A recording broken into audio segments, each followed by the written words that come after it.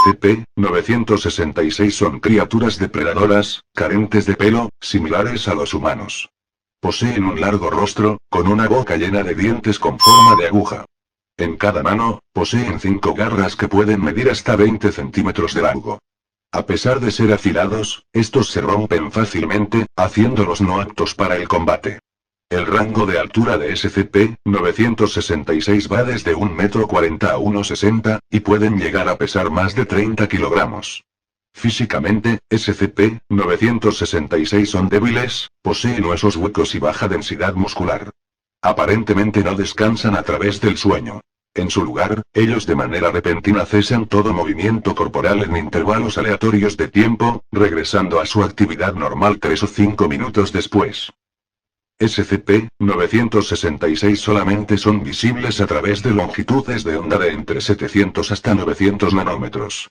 Esto se aplica a todos los tejidos de SCP-966, a pesar de su estado actual. SCP-966 se alimentan de animales de tamaño mediano y grande, incluyendo humanos. Cazan solos o en pareja. Su método de caza consiste en emitir una sola ráfaga de un tipo de onda desconocida hasta el momento, apodadas como ondas, en honor al fallecido Dr. que inhiben permanentemente la habilidad de entrar en cualquier estado de sueño en REM y REM, en las criaturas afectadas. La habilidad de entrar en un estado de microsueño también se pierde.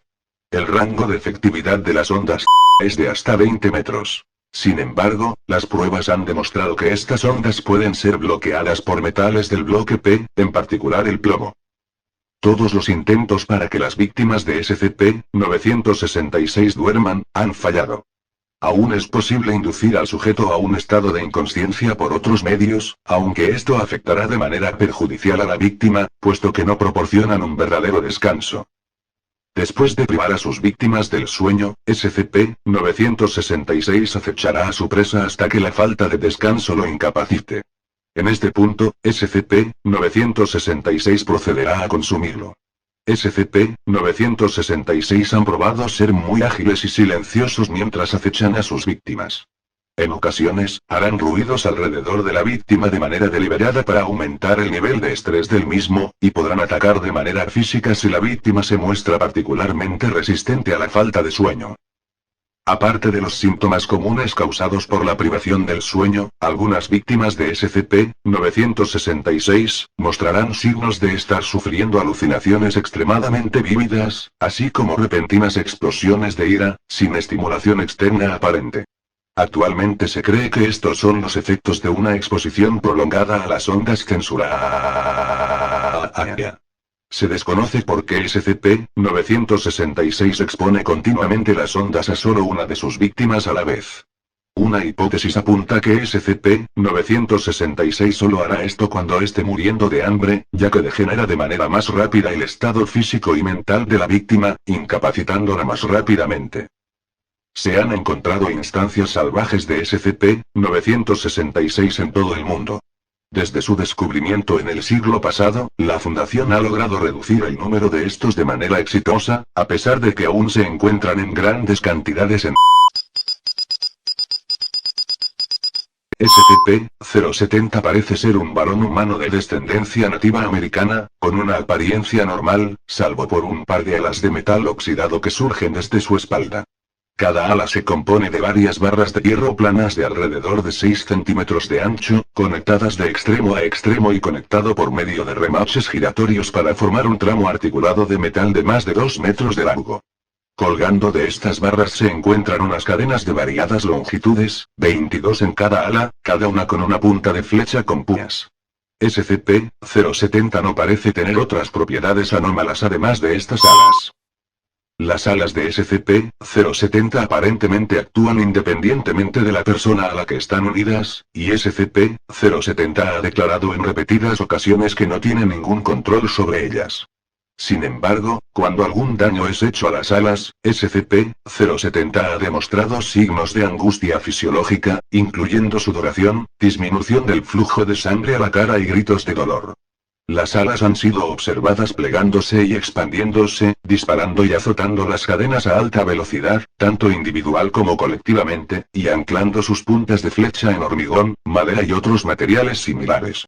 Aunque SCP-070 no ha demostrado una hostilidad declarada hacia el personal, a menudo reacciona violentamente a amenazas percibidas, azotando sus cadenas a los agresores y envolviendo sus cadenas alrededor de su cuerpo en una postura defensiva.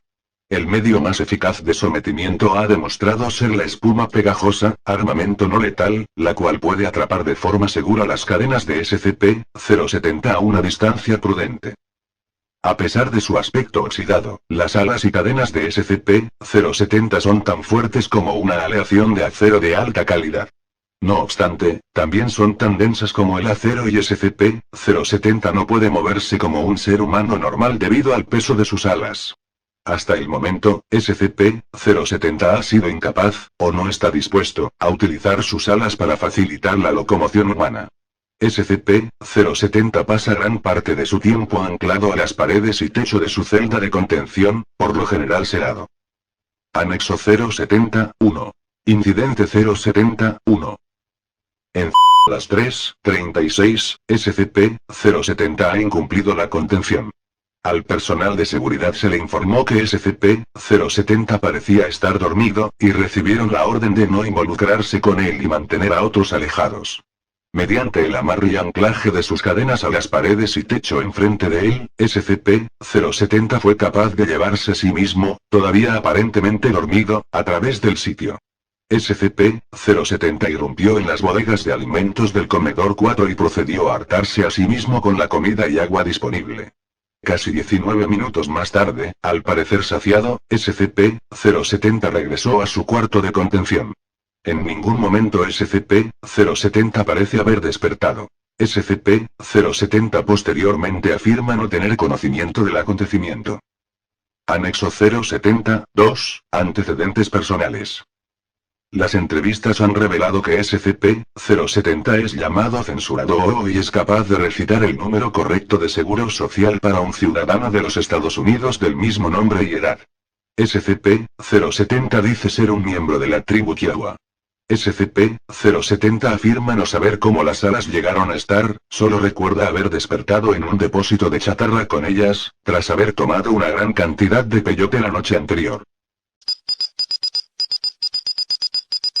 SCP-077 parece ser la parte superior de un cráneo humano con runas grabadas, cada una de las cuales está llena de una resina negra no identificada. Las runas cambian cada mes lunar, definido por la luna llena visible en el horizonte de Irlanda, así como en los solsticios de verano e invierno, los equinoccios de primavera y otoño, y en cualquier momento en el que un eclipse parcial, anular o total de solo luna sea visible desde Irlanda. Si las runas no son leídas en voz alta al menos una vez cada 24 horas, las órbitas oculares y la cavidad nasal de SCP-077 emitirán SCP-077-1. SCP-077-1 es un vapor verde luminoso cuya naturaleza se mantiene indeterminada. Se debe notar que, a pesar de que SCP-077-1 se comporta como un gas normal en todos los demás sentidos, solo ocupa el espacio que esté dentro de la línea de visión de SCP-077, y no fluye al espacio detrás de SCP-077 a menos que sea confinado. Barreras impermeables opacas sin contenido biológico pueden proteger temporalmente a SCP-077-1. Sin embargo, los intentos de contener permanentemente a SCP-077 dentro de un contenedor opaco han fallado, debido a la producción de cantidades suficientes de SCP-077-1 como para romper los contenedores. Todo material biológico, con la obvia excepción de SCP-077 mismo, que entra en contacto con SCP-077-1 es instantáneamente transformado en un zumo viscoso y maloliente. El zumo ha sido identificado como la pulpa podrida de tubérculos de patata, Solanum tuberosum, los cuales han sido severamente infectados con la plaga de la patata, Phytophthora infestans. 1 centímetro cúbico de SCP-077-1 transforma alrededor de 800 gramos de material biológico. Leer las runas de SCP-077 tiene notables, aunque transitorios, efectos en la salud de los lectores. Estos efectos incluyen náusea, escalofríos, dolor de cabeza, mareo, incontinencia, fiebre, irritaciones en la piel, sangrados nasales y estados de fuga. Los efectos se intensifican mientras disminuye el tiempo entre lecturas, y pueden volverse acumulativos para individuos que leen las runas muchas veces consecutivas y barra o frecuentemente. Los lectores tienen un 60% de probabilidad de desarrollar alergia a las patatas. Anexo 077-01. El artefacto fue recuperado de la aldea de Irlanda. Los pobladores habían construido un templo para el artefacto, donde más de participantes realizaban rituales nocturnos. Fragmentos de documentos históricos, recuperados de las ruinas de la iglesia local y de la biblioteca, indican que se tienen datos del artefacto desde 1848, desde entonces se le describe en términos altamente positivos incluyendo protector. Para 1869, sin embargo, las referencias al artefacto son temerosas, resentidas y tendentes al eufemismo.